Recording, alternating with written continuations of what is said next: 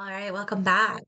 So, I'm going to start by saying I have more energy, creativity, stamina, and happiness now, well into my 30s, as a mom of two boys, than I did through my teens and my 20s. When I owned who I am, who I was, and I've let her shine and come through when I took care of her myself as I would my own family, I had more to give back to my family. I had more energy. I had more patience. I had more time. I had more joy. I had more of myself to give. I stopped living in panic mode. I stopped questioning every decision I made. And I stopped asking myself, am I being a good mom? I mean, I still ask from time to time because we all do, but I stopped questioning whether I had made a mistake in becoming a mom and if I was good enough for my kids. Because the proof that this was working was in front of me. They were happy. My kids were happy. They were bouncing, they were glowing. They felt safe in this environment that I had created for them. They were able to come to me with questions and ask me stuff that might have been uncomfortable, and they knew they were going to get an answer from me in a safe way. They knew they could trust me because I trusted them. And there was hesitation, of course, on both sides, but it wasn't the kind of hesitation of, am I going to get in trouble from asking this? Am I going to answer this properly and not traumatize my kids? Um, from the kids' side, am I allowed to ask this question? Or yeah, there was nothing like that. It was a trusted environment, it was a safe environment.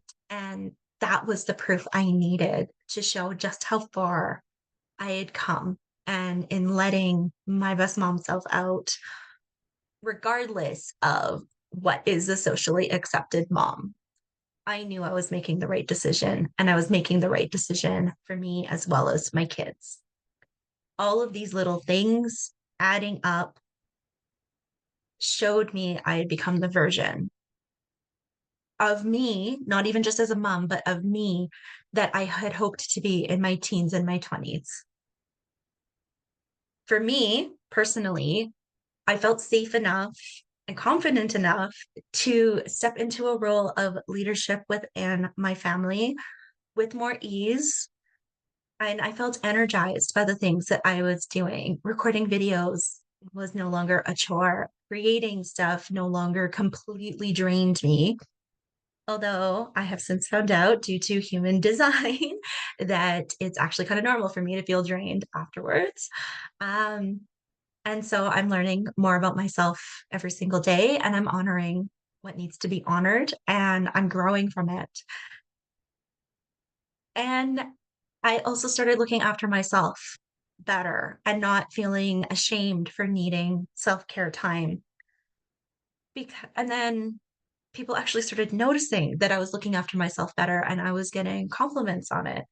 And I mean, every mom wants that little bit of validation. And I wasn't living for the validation, but it was nice that it was being seen. In the end, though, it was the level of comfort in who I felt in my like who I was and how I felt in my own skin. It was the ease in which I was able to bring myself into this position. And I was no longer feeling like I was wearing a mask or playing small or pretending to be somebody that I wasn't to make somebody else happy. Being able to come out as myself was a massive relief. And I think all moms everywhere need this relief. I think all moms need to feel seen and heard. And stepping into who you actually are, becoming your best mom self, that's when you get seen. That's when you get heard because you're not hiding anymore and you're not playing small anymore. You're not invisible anymore. But I know the shift from being invisible and feeling small and not worth it to stepping out is really difficult. And that is where I come in on this journey. That's where I help you. So if you are ready to step into your best mom self life, become your best mom self, period, doing it for you and your kids, continue watching because I've got more for you and I am going to help you every step of the way.